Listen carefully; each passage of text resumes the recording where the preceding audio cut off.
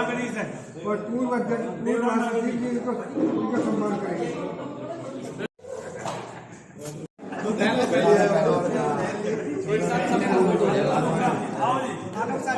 खड़े हो जाओ सारे जो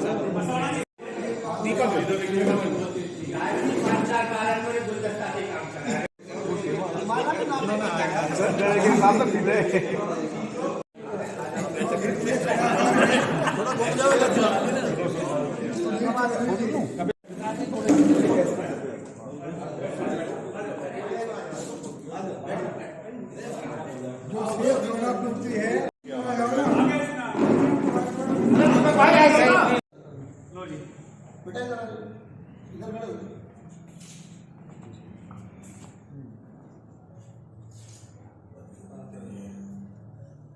जी माला उतर गई आपकी।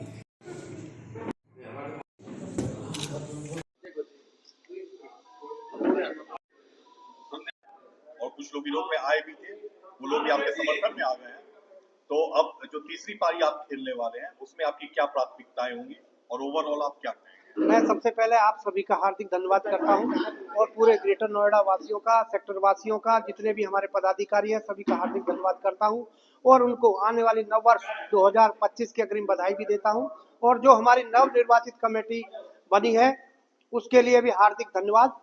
और मेरा यही रहेगा कि सेक्टर के विकास के लिए हम जो ज्यादा से ज्यादा बेहतर काम कर सकते हैं वो मिलजुल कर सारा काम करेंगे।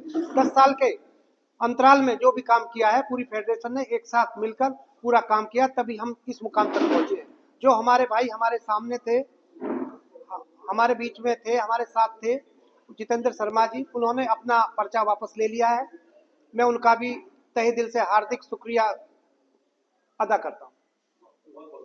जितेंद्र जी, जैसे कि फेडरेशन है और उसमें क्या सिर्फ आरडब्ल्यू के जो मेंबर्स होते हैं या सोसाइटी के मेंबर्स होते हैं, जैसे पौजाज हो गई या अन्य ग्रुप्स होते हैं, तो जो उसमें रहते हैं आम जनमानस की भी आप लोग सुनवाई करते हैं या उन्हीं लोगों की सुनवाई होती है? जैसे कोई भी सेक्टर होता है उसके जो पदाधिकारी होते हैं वहाँ की आरडब्ल्यू अध्यक्ष सेक्रेटरी वो अपनी मेहनत करते हैं, अपना काम करते हैं। अगर वो काम अथॉरिटी नहीं मानती है तो हम सारे लोग मिलकर वो काम करते हैं, आम जनता की सुनवाई। बिल्कुल।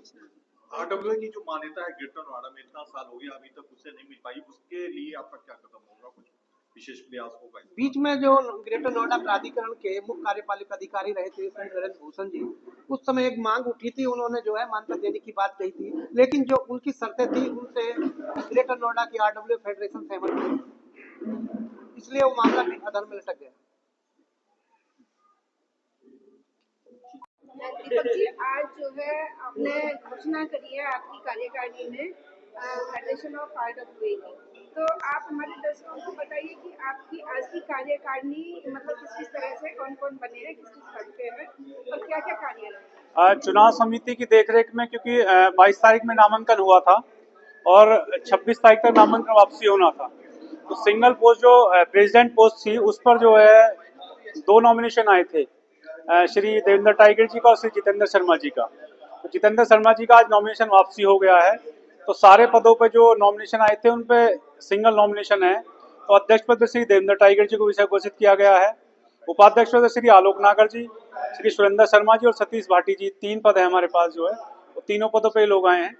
और महासचिव पद पर श्री ऋषिपाल जी हैं और कोषाध्यक्ष पद श्री भुवनेश गर्ग जी निर्वाचित हुए हैं और सचिव पद पर श्री योगेंद्र मावी जी, श्री कपिल जी और श्री आलोक साथ जी, और वित्तीय सलाहकार के रूप में श्री सुधीर चौधरी जी जो है, इनके नामांकन हमें प्राप्त हुए थे और इन्हीं नामांकन पे इन लोगों को विजय घोषित किया गया। तो आपकी आगामी जो रूपरेखा रहेगी कैसे रहेगी आरडब्ल्यू को? नहीं, आगामी रूपरेखा तो जो आने वाली कमेटी है वो बनाएगी किस तरीके से रहेगी। तो मैं चाहूंगा कि जो हम लोगों ने काम किया है पूर्व में उससे बेहतर शिक्षा, चिकित्सा, शहर की सफाई व्यवस्था और शहर के जो बड़े प्रोजेक्ट हैं उनको लेकर कितना आगे बढ़ेंगे, हमारा सहयोग सानिध्य इनको हमेशा मिलता रहेगा। तो शहर में जो अच्छी चीजें हैं उनकी तरफ प्रभावित करने का, आकर्षित करने का और अपनी बातों को मनवाने के लिए जो है फेडरेशन काम करेगी। मुझे ऐसी पूर्ण आशा है कि फेडरेशन जनता के हित में, शहर के हित में और आरडब्ल्यू के हित में निरंतर काम करती रहेगी। धन्यवाद। ऋषिपाल भाटी जी, आज federation of RW greater Noida की जो कार्यकारिणी है उसकी घोषणा हुई, जो नवनिर्वाचित हुई है जी, आप उसके महासचिव बनाए गए हैं। आप कैसे देखते हैं सेनेट की जो गतिविधियां हैं उनके बारे में थोड़ा सा? नहीं, वैसे तो पहले मैं 3 बार महासचिव रह चुका हूँ सेक्टर डेल्टा 1 का, जी अध्यक्ष भी रह चुका हूँ, जी और इसमें भी मैं उपाध्यक्ष था जी जब से बनी है। तो कोई नया काम तो है नहीं, बेहतर तरीके से जो होगा वो भी कोशिश करेंगे कि इससे अच्छा हो। जो कार्यकारिणी नई बनी है, पुरानी कार्यकारिणी से सोचेगा आदमी कि भाई और अच्छा होना चाहिए।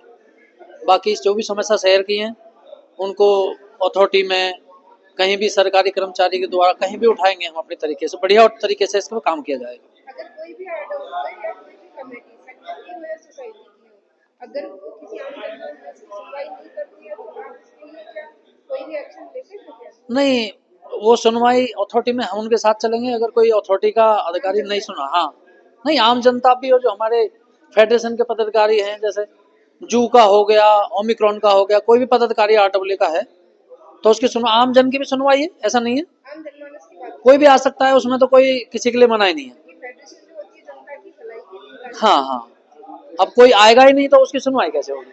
जो आएगा उसकी सुनवाई होगी। सारी परेशानियां आम जनमानस की मेरे पास आनी है जरूर आएंगे। नहीं, कोई बात नहीं, आप जो भी समस्या है वो सारी सुनी जाएंगी। हमारे अध्यक्ष जी हैं देवेंद्र टाइगर जी, दीपक जी हैं, पूरे अनुभवी हैं, ऐसा नहीं है। क्या कहना चाहेंगे हैं जी? ग्रेटर नोएडा की जनता को क्या कहना चाहेंगे आप? नहीं, मैं तो उनका धन्यवाद कहूँगा, और अपनी फेडरेशन के जो भी हमारे पदाधिकारी उनका धन्यवाद कहूँगा, मुझे चुना है। बाकी अच्छी तरीके से काम किया जाएगा, ऐसा नहीं है। धन्यवाद। Okay, thank you.